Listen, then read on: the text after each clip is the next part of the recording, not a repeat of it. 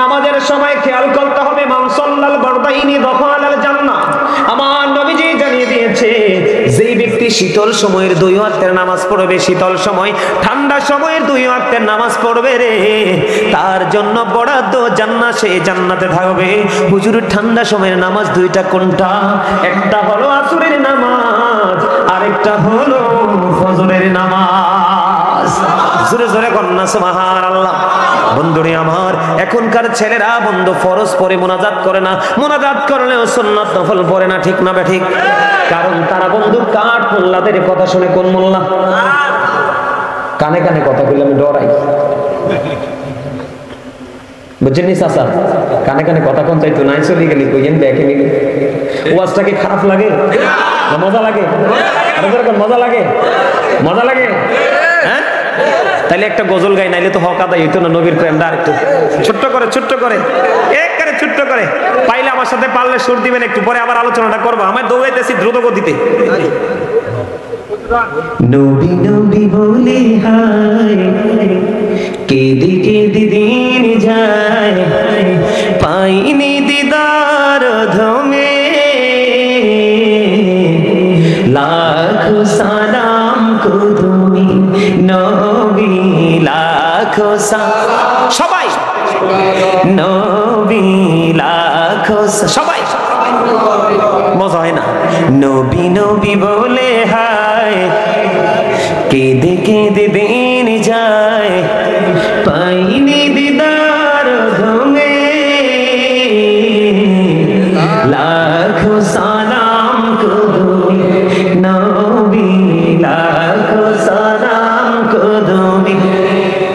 সোনার মদিনায় লুকিয়ে আছো গো, দেখতে না পাই নয়নে, ও গো দেখতে না পাই নয়নে, দয়ারি নজরে যাও, বলেন দয়ারি নজরে যাও, গোলামের দেখা দাও, ধন্য করো জনমে, লাখো সালাম কো তুমি নবী, লাখো সালাম কো তুমি। মারহাবা, আরে ধরে। এই নবীজি এত মজার খবরটি দিয়ে গেল, নবীর কদমে সালাম দেওয়া লাগে না? এই কারণে একটু মনে হয়েছে গজলটা গাইলাম। আমি কিন্তু একজন রাইটার, আমার এই কুল জবরা গজল, অভাব নাই ভিতরে, কিন্তু আজকে গাইতে পারবো না। বন্ধুরে আমার, আমার দিকে তাকান। শীতের দিনে পাতার মতো যদি গুনাহ ধরে যায়, তাহলে এই জিকির সারা দরকার না ধরা দরকার? আর ধরে বলেন, এটা এমন ভাবে আপন করে ধরা দরকার যেটা কল্পনাও বন্ধ করা যায় না, ঠিক কিনা বলেন?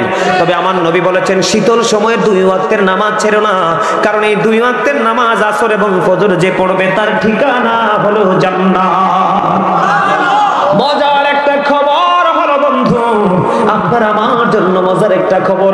আমার নবী বলেছেন, এদিক তাকান, ফরজ না সুন্নত নামাজ কি নামাজ? এখন কিন্তু আমার নবীকে অনেকেই ছোট করে খাটো করে বন্ধু কথা বলে। নবীর সুন্নাত যদি আপনি আদায় করতে পারেন, হাদিস শরীফের মধ্যে এসেছে 12 রাকাত সুন্নাত নামাজ আছে 5 ওয়াক্তের মধ্যে। এই 12 রাকাত নামাজ যদি আপনি সঠিকভাবে পড়তে পারেন, আবার আল্লাহ আপনার জন্য স্পেশাল জান্নাতে ঘর বরাদ্দ রেখেছে। বলে হুজুর, এই 12 রাকাত সুন্নাত নামাজ কোনটা? এদিক তাকান। ফজরের নামাজে ফরজের আগে 2 রাকাত সুন্নাত, জোহরের নামাজে বন্ধু প্রথম 4 রাকাত সুন্নাত, জামাতের পরে ফরজের পরে 2 রাকাত সুন্নাত, হয়ে গেল কত রাকাত? 8 রাকাত। মাগরিবের ফরজের পরে 2 রাকাত সুন্নাত, এশারের জামাতের ফরজের পরে 2 রাকাত সুন্নাত। এই 12 রাকাত নামাজ সুন্নাত নামাজ সঠিকভাবে যদি পড়তে পারো গো, তোমার ঠিকানা হলো বন্ধু জান্নাত। জোরে জোরে সুবহানাল্লাহ, আর মহব্বতে বলুন না সুবহানাল্লাহ।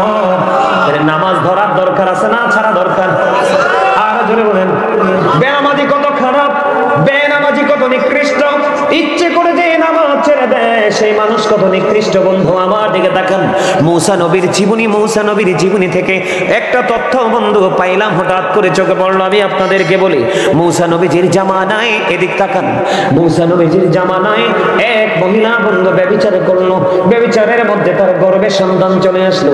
গর্ভে যখন সন্তান চলে আসলো, সন্তানটা মায়ের পেটে পরিপূর্ণ ফুক্ত হয়ে গেল, মানে পরিপূর্ণ হয়ে গেল। হওয়ার পরে বাচ্চাটা পৃথিবীতে আসলো।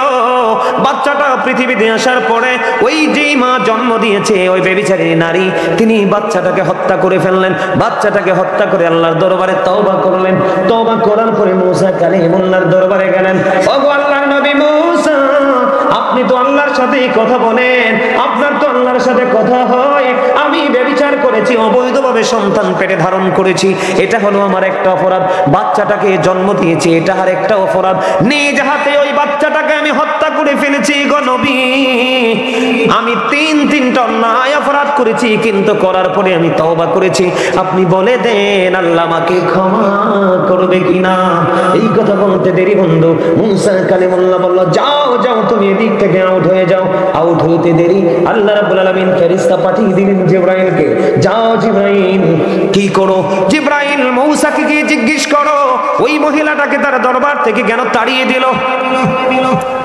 এবার আসলেন, ওগো আল্লাহর নবী মূসা, আল্লাহ রাব্বুল আলামিন জানতে চেয়েছে এই মহিলাটাকে কেন বিতাড়িত করে দিলেন আপনার দরবার থেকে।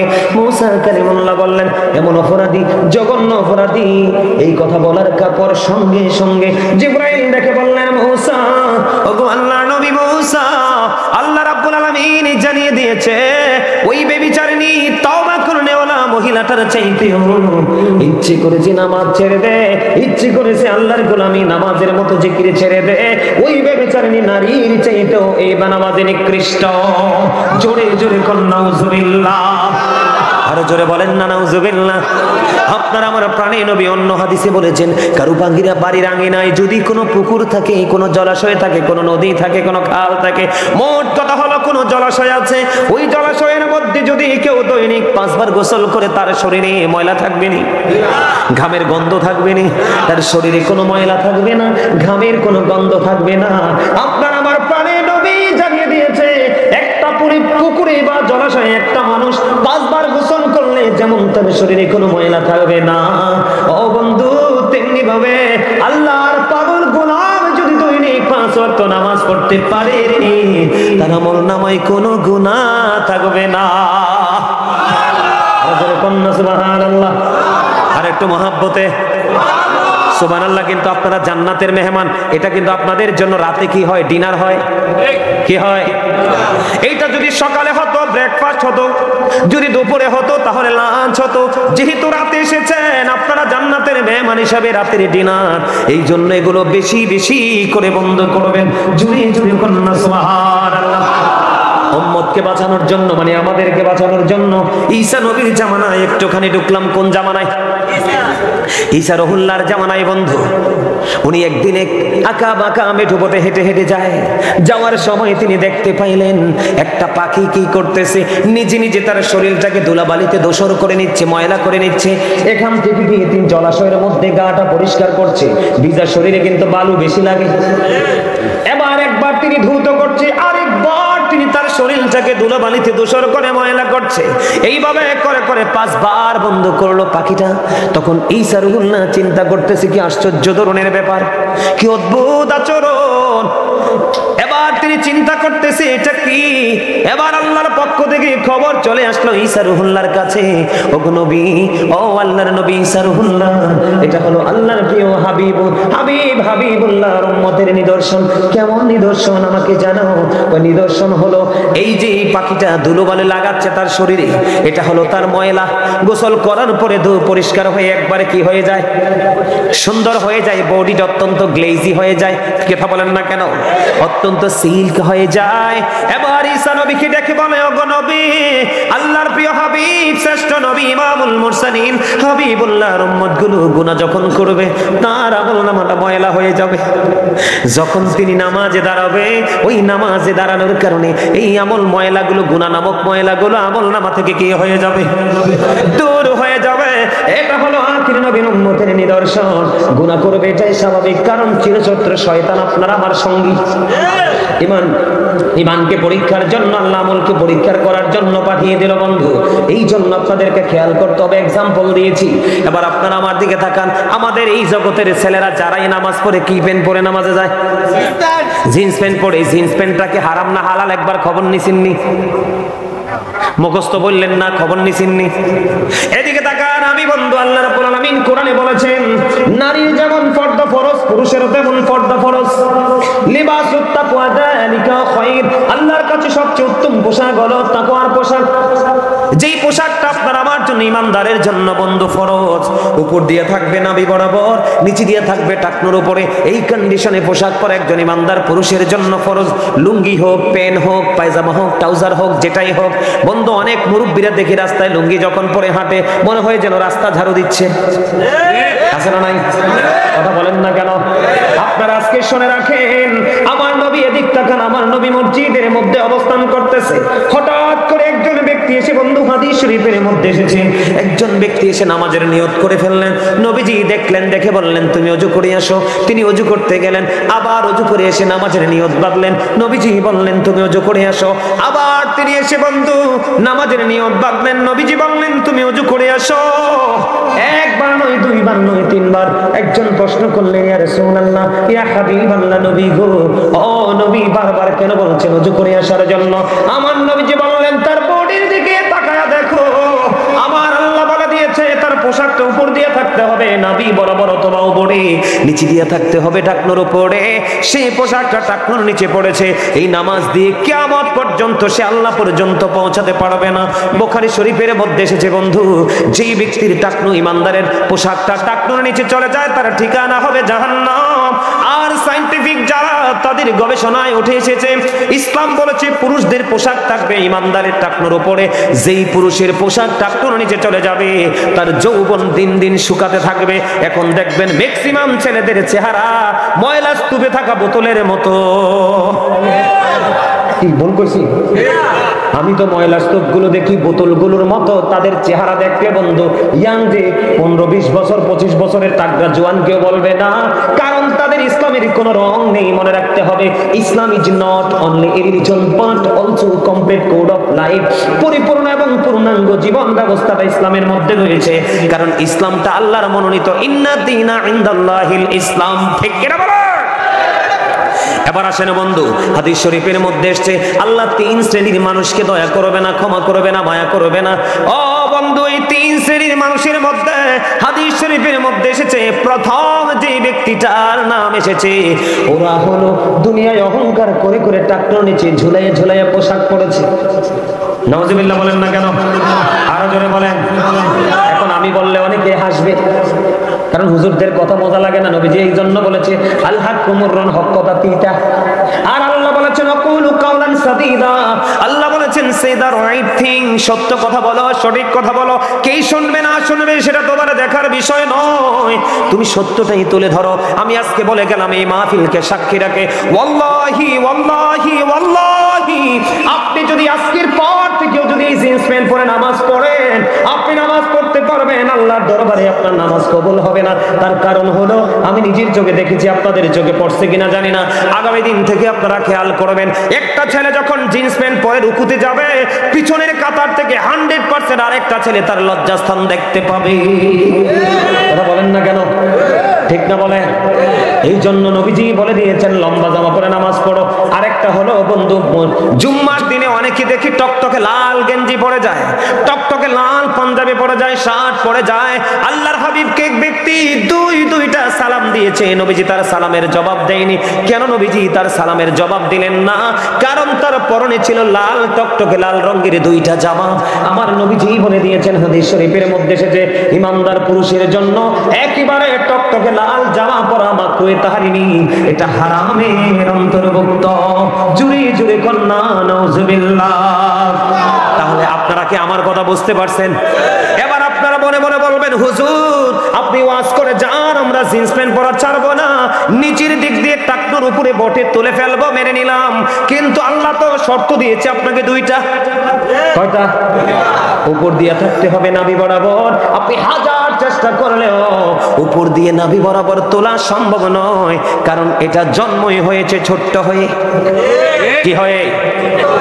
ছোট্ট হয়ে জন্ম হয়েছে। প্যান্ট পরার অভ্যাস, অফিসিয়াল জব করেন, আপনি বানায়া প্যান্ট পরবেন। বন্ধু আমি আপনাদেরকে মনে করাই দিই, মুসলমানের জন্য মুখের দুর্গন্ধ দূর করার জন্য নবীজি দিয়েছেন মেসওয়াক। বেঈমানেরা ব্রাশ আবিষ্কার করে মেসওয়াককে হত্যা করে ফেলেছে। মুসলমানের আনাচে কানাচে বাড়ি করেছিল ফুরকানিয়া মাদ্রাসা, বাচ্চারা মক্তবে যেত। বেঈমানেরা কৌশল করে কিন্ডারগার্টেন আপনার বাড়ির আঙিনায় ঢুকাইয়া ফুরকানিয়া মাদ্রাসাকে হত্যা করে ফেলেছে। কথা কন না কেন? আর আপনার ছেলেদের কাছে এই পোশাক কিন্তু ইহুদিদের আবিষ্কার। এই জিন্স প্যান্ট অসভ্য নারীদের পাতলা পোশাক, যেই নারী পোশাক পরার পরেও তার অঙ্গ দেখা যায়, রাসূল বলেছেন সেই নারী ল্যাংটা। জোরে কন না নাউজুবিল্লাহ। যেই পুরুষ পোশাক পরার পরেও তার লজ্জাস্থান দেখা যায়, সেও ল্যাংটা, সেও উলঙ্গ, সেও শৃঙ্খল, সে নিজেও শৃঙ্খল হয়ে গেছে, আরেকজনকে শৃঙ্খল বানানোর চেষ্টা করছে। এই জন্য বলতেছি, নামাজ আপনি দোকানে যেমনি থাকেন, মাহফিলে এমনি আসলে আপনি দোকান আর মাহফিলের মধ্যে পার্থক্য করতে পারলেন না, স্পেশাল সম্মান দিতে পারলেন না। আপনি যদি স্পেশাল সম্মান দিতে না পারেন, আপনি সম্মান পাবেনও না। আমি আজকে আপনাদেরকে বলে যাই, আজকের আলোচনা শুনে অসভ্য পোশাকটা ডিলিট করে দিবেন চিরদিনের জন্য। কিসের জন্য? চিরদিনের জন্য ডিলিট করে দিবেন। আমার নবী বলেছে, পৃথিবীর বুকে যদি তোমরা কোরআন হাদিসের বিধান মেনে পোশাক পরো, তোমাদেরকে কাল হাসুরের দিন আল্লাহ রাব্বুল আলামিন বিভিন্ন রকমের জান্নাতি পোশাক তোমাদের সামনে তুলে ধরবে। তোমরা যেটা মন চায় সেটাই তোমরা গ্রহণ করতে পারবে। আর যদি তুমি অহংকার করে করে অসভ্য পোশাক পরো, তোমার ঠিকানা হবে কোথায়? জাহান্নাম। কোথায়? দাদা ভাই আমারটা একটু ফাস্ট আছে, কথা বলতে দেখেন তো। 35 বাজে, আমার সময় আর বেশি নেই। তাহলে ওযু করতে হবে সঠিকভাবে। নামাজের ওয়াজ যেহেতু আরেকটা ওয়াজ করি, হযরতে সাদ বিন মুআয রাদিয়াল্লাহু তাআলা আনহুর ইন্তেকালের পরে তার জানাজায় 70,000 ফেরেশতা অংশগ্রহণ করেছে। কত হাজার? তারপরেও নবী বলেছেন তার কবর আযাব হবে। কি হবে? তার কবর আযাব হবে। আমার নবীজি সাহাবায়ে কেরামদেরকে নিয়ে বন্ধু দোয়া করে দিলেন, তার কবর আযাব মাফ করে দিল। এখানে কারণ হলো নবী আপনি ওনার জন্য দোয়া করেছে, আপনার জন্য দোয়া কে করবে? কারণ আপনি তো প্রাণে নবীকে ভালোবাসেন নাই, ভালোবাসাকে বাস্তবায়ন করেন নাই। আমার দিকে তাকান, এখনকার ছেলেরা ম্যাক্সিমামই দাঁড়াইয়া প্রস্রাব করে। করে কি করে না? ঢিলা কুলুপ তো নেই না, দাঁড়াইয়া প্রস্রাব করে, ছুট করে পানি খরচ করে। আজকে বলে দিয়ে যাই, তোমাদের পোশাক যেমন কলঙ্ক রয়েছে, তোমাদের পবিত্রতাও তেমন কলঙ্ক রয়েছে। বলে হুজুর কি বলতেছেন? হ্যাঁ, এই তুমি আজকে এতদিন তোমরা প্রস্রাব করার পরে যে এইভাবে পানি খরচ করতে, আজকে দেখে এইভাবে পানি খরচ করো না, এত তাড়াতাড়ি খরচ করো না। তোমরা কি করবে? আগের দিনের মতো নয়, আজকে প্রস্রাব করার পরে মাটি অথবা টিস্যু নিয়ে একটু হাঁটাহাঁটি করবে, আবার বসবে, একটু পরে দেখবা তোমাদের প্রস্রাব 2 ফোঁটা চলে আসছে। এই জন্য আপনাকে নামাজ পড়ার আগে, পবিত্র কাজ করার আগে, ভালো কাজ করার আগে পবিত্র হতে হবে, প্রস্রাবের দিকে খেয়াল রাখতে হবে। কারণ আমার নবী বলেছেন, সাদ বিন মুআয রাদিয়াল্লাহু তাআলা আনহুর জানাজায় এত আমল ছিল, তার জীবনে 70,000 ফেরেশতা অংশগ্রহণ করেছে, তারপরেও তার কবর আযাব হবে। হুজুর কেন কেন? আপনার আমার নবী বলেছেন, তিনি প্রস্রাব করার পরে ভালো করে পবিত্র হতো না। বুঝতে পারছেন না? এবার তাহলে হুট করে পানি খরচ করবেন না আজকে থেকে। এখনকার ডিজিটাল মোল্লা রাখা কিচ্ছু বলে লাগতো না, পানি দিয়ে প্রস্তাব করে পানি খরচ করলে চলবে না, এটা নবীর শিক্ষা নয়। বুঝতে পারছেন? এখন আপনাকে আমাকে যেতে হবে কোথায়? এখান থেকে শেষ করে কোথায় যেতে হবে? কবরে। কোথায়? কথা বলে না, কোথায় যেতে হবে? কবরে যাওয়া লাগবে কিনা? কবরের ভয় আসেনি? নবীজি বলেছেন, আল কবরু রাউযাতুম মির রিয়াদিল জান্নাতি আও হুফরাতুম মিন হুফারিন নার। কবরটা জান্নাতের একটা বাগান হবে, জাহান্নামের একটা গর্ত হবে। খেয়াল করেন, নেগেটিভ এন্ড পজিটিভ, আলো এবং আধার।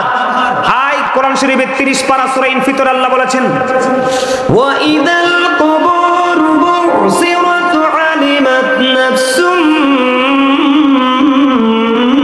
মা কদ্দামাত ওয়া আখরাত। জুড়ে জুড়ে বলুন আল্লাহু আকবার। আল্লাহ রাব্বুল আলামিন জানিয়ে দিয়েছেন, ইত্তাকান কবরটা যখন ওপেন হয়ে যাবে, আপনি আমি পৃথিবীর মানুষ কে কি করেছে আর কি করেনি তার সামনে প্র্যাকটিক্যালি থাকবে। দাদা ভাই কি বলেন? এটা আপনি আমি দেখতে পাবো, জানতে পারবো। কি করতে পারবো? কি শেষ করে দিবেন? দেখতে পারবো, জানতে পারবো, ঠিক কিনা বলেন? এটা কে বলেছেন? আরো যারা বলেন না, কে বলেছেন? আপনার মনের ঘরে যা আছে এগুলো পর্যন্ত প্রকাশ হবে। কি করবেন সেদিন? এই আমার দিকে তাকান। আমি নেগেটিভ পজিটিভ ছোট্ট করে একটা হাদিস আপনাদেরকে শোনাই। মুমিন যখন কবরে যাবে সে প্রশ্নের উত্তর দিতে পারবে। কি করতে পারবে? মুমিন যখন কবরে যাবে বন্ধু প্রশ্নের উত্তর দিয়ে দিবে। বিশেষ করে নবী কি যদি চিনতে না পারে সে কখনোই সাকসেস নয়। আমার নবী সম্পর্কে প্রশ্ন করা হবে, উত্তরটা দিয়ে দিবে। দিয়ে দিতে দেরি রে, গায়েব থেকে আওয়াজ আসবে, আমার ওই বান্দার কবরটাকে নূরে নূরান্বিত করে দাও। ইমানদারের কবর কার কবর? কথা বলেন। নূরের আলোতে আলোকিত হয়ে যাবে। ইমানদারের কবরটা দৈর্ঘ্যে এবং প্রস্থে হাদিস শরীফের মধ্যে এসেছে দৈর্ঘ্যে এবং প্রস্থে 70 গুণ প্রশস্ত হয়ে যাবে। দৈর্ঘ্যে এবং প্রস্থে 70 গুণ প্রশস্ত হয়ে যাবে। এখন মুমিন যে সে তো দেখতেছে তার বিবি বাল বাচ্চা সন্তান সবাই কান্দে। ওই যে দুইজন ফেরেশতা এসেছে বন্ধু, তাদেরকে বলবে আমাকে একটু পৃথিবীতে যেতে দাও, পৃথিবীতে যেতে দাও। কয় কেন কেন? কয় আমার আপন স্বজন সবটি কান্দে, তাদের সাথে কথা বলার জন্য যাব। এবার হাদিস শরীফের মধ্যে এসেছে ফেরেশতারা বলবে না না না, তুমি আর যেতে পারবা না, তুমি নতুন পরের মতো ঘুমায়া যাও। জোরে জোরে কান্না সুবহানাল্লাহ। হাদিস শরীফটা আমি একাধিকবার দেখেছি। কার মতো? বর শব্দটা আসছে এখানে। কি শব্দটা? চোর হোক, ডাকাত হোক, গুন্ডা হোক, বদমাশ হোক, যেদিন সে বর সেজে আসে সেদিন কিন্তু পুরো আয়োজনের মধ্যে সে সেম। তাকে কিন্তু সবাই অন্যরকম ভাবে অনার করে, ঠিক না বেটি? ফেরেশতারা বলবে তুমি নতুন বরের মতো ঘুমিয়ে যাও। কতক্ষণ ঘুমাবো? কয় তুমি ওই পর্যন্ত ঘুমাবা যতক্ষণ না পর্যন্ত তোমার মালিক তোমাকে না ডাকবে। এখানে আল্লাহর কোরআন বুখারী শরীফ সূরা বাকারার মধ্যে এসেছে। এক দিক দিয়ে হাদিসে পাইলাম মুমিনের কবর দৈর্ঘ্যে প্রস্থে 70 গুণ প্রশস্ত হয়ে যাবে, নূরের আলোয় আলোকিত হয়ে যাবে।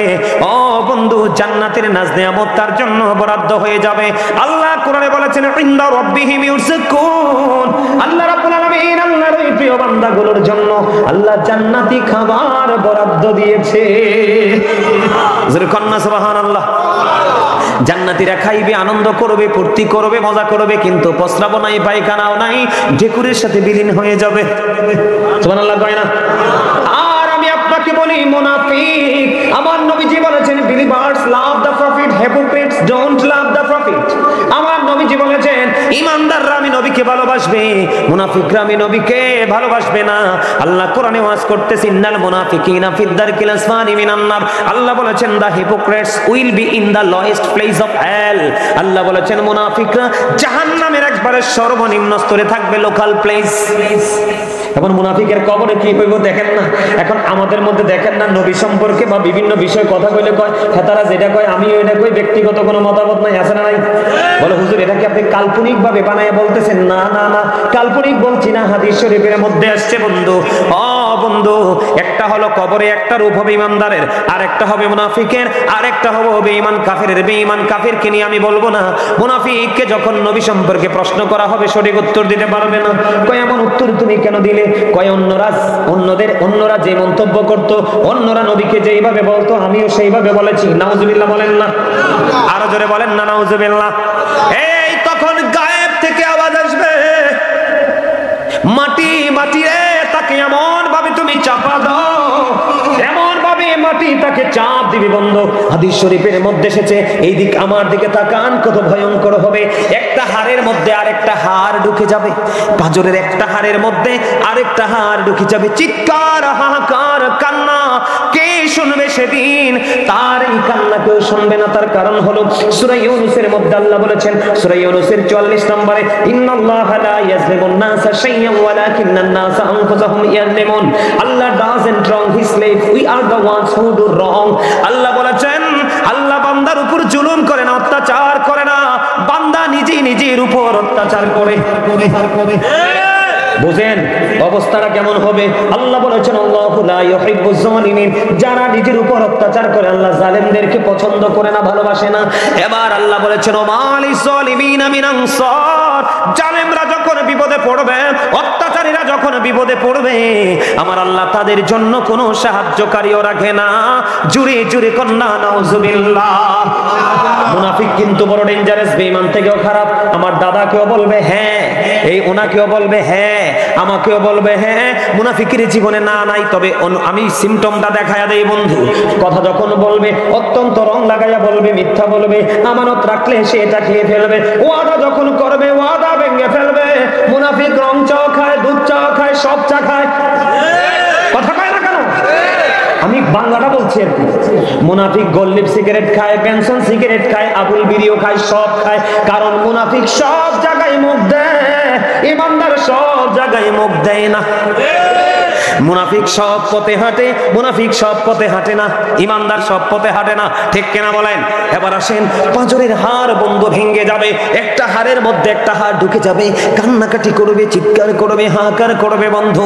দুঃখজনক হলে সত্য, মনোহরপুরের মানুষ, আমার ভাই, আমার বাবারা, জীবনে যদি আর কোনদিন যদি দেখা না হয়, ইওয়াজ মনে রাখবা, কবরে যাওয়ার পরে বাস্তব রূপ তোমরা দেখতে পাবা। আমি কাউকে কি করে না, কাউকে ইন্ডিকেট করে নয়, কাউকে মেইন করে কথা বলছি না, বাস্তব যেটা আমি তোমাদের সামনে তুলে ধরেছি বন্ধু। খেয়াল করে শোনো, ওই জান্নাতীরা খাবার খাবে, জান্নাতের মধ্যে কত নিয়ামত থাকবে, সেই দিকে গেলে রাত পার হবে, শেষ হবে না। কিন্তু জাহান্নামী যারা, মুনাফিক যারা, পাপী যারা, জঘন্য যারা, তাদের অবস্থাটা কেমন হবে বন্ধু? জাহান্নামীদের জন্য খাবার বরাদ্দ আছে, মুনাফিকের জন্য কোরআনে এসেছে একটা খাবারের নাম হলো জাক্কুম। এই জাক্কুমটা তো বিষাক্ত কাঁটাযুক্ত ফল। এই মুহূর্তে যদি মনোহরপুরের জমিনে একটা গোটা জাক্কুম যদি পড়ে, হাদিস শরীফের মধ্যে এসেছে গোটা পৃথিবীর মাটি বিষাক্ত হয়ে যাবে। কিয়ামত পর্যন্ত বন্ধু এই পৃথিবীতে কোন গবেষক বন্ধু একটা শস্য ফলাতে পারবে না, এত বিষাক্ত হবে। এই খাবারটা খেতে হবে। হাদিস শরীফের দিকে নজর দিয়ে দেখলাম, আমার নবী বলেছেন ওই পাপী মুনাফিকদের জন্য, জাহান্নামীদের জন্য আরেকটা খাবার বরাদ্দ আছে, সেটার নাম হলো তিনাতুল খাবাল। ইয়া রাসূলুল্লাহ, ইয়া হাবিবাল্লাহ, নবী গো, তিনাতুল খাবালটা কি? আপনার আমার প্রাণের নবী বলে দিয়েছেন, এই তিনাতুল খাবালটা হলো আরেকটা জাহান্নামীর নিংড়ানো রক্ত, পুজ অথবা ঘাম। জুড়ে জুড়ে কন্না নাউজুবিল্লাহ। খাইতে পারবেননি? গামের গন্ধ করলে কাছে যাই না, আজকে ঘেমে গেলে কাপড়টা আগামী দিন একটু পরে পড়ি না, ঠিক কিনা বলেন? এই পৃথিবীতে বন্ধু ক্লান্তি লাগলে আমরা পানি খাই, গরম লাগলে গরম, ঠান্ডা লাগলে ঠান্ডা, আইস লাগলে আইস, ঠিক কিনা বলেন? কিন্তু পাপী যারা, মুনাফিক যারা, জাহান্নামী যারা, তাদের জন্য বন্ধু পানিও বরাদ্দ আছে। কি আছে?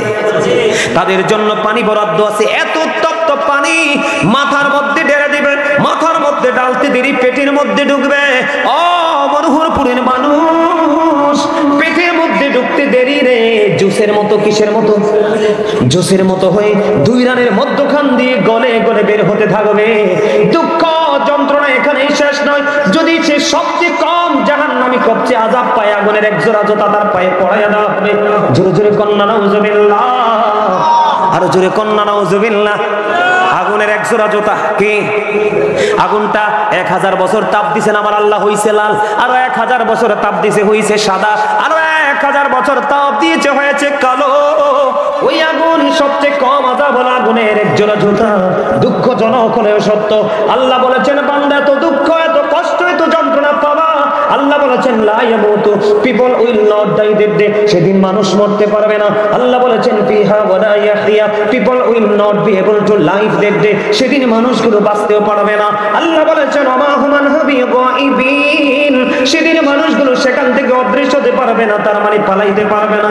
People will not be able to escape that day. আপনি মনে মনে ভাববেন যে হুজুর আমি দৌড় দিব, না না না, আল্লাহ বলেছেন ইন্নাবাতু শারাব্বিকা শাদীদ। আল্লাহ বলেছেন the seizing of Allah is difficult, Allah ধরা খুব শক্ত, আল্লাহ ধরবে খুব শক্ত ভাবে। এবার আল্লাহ বলেছেন ইন্নাল্লাহা সারিউল হিসাব, Allah is quick to take account. জুড়ে জুড়ে কন্না আল্লাহু আকবার। যাবেন কই? যাওয়ার রাস্তা আছে?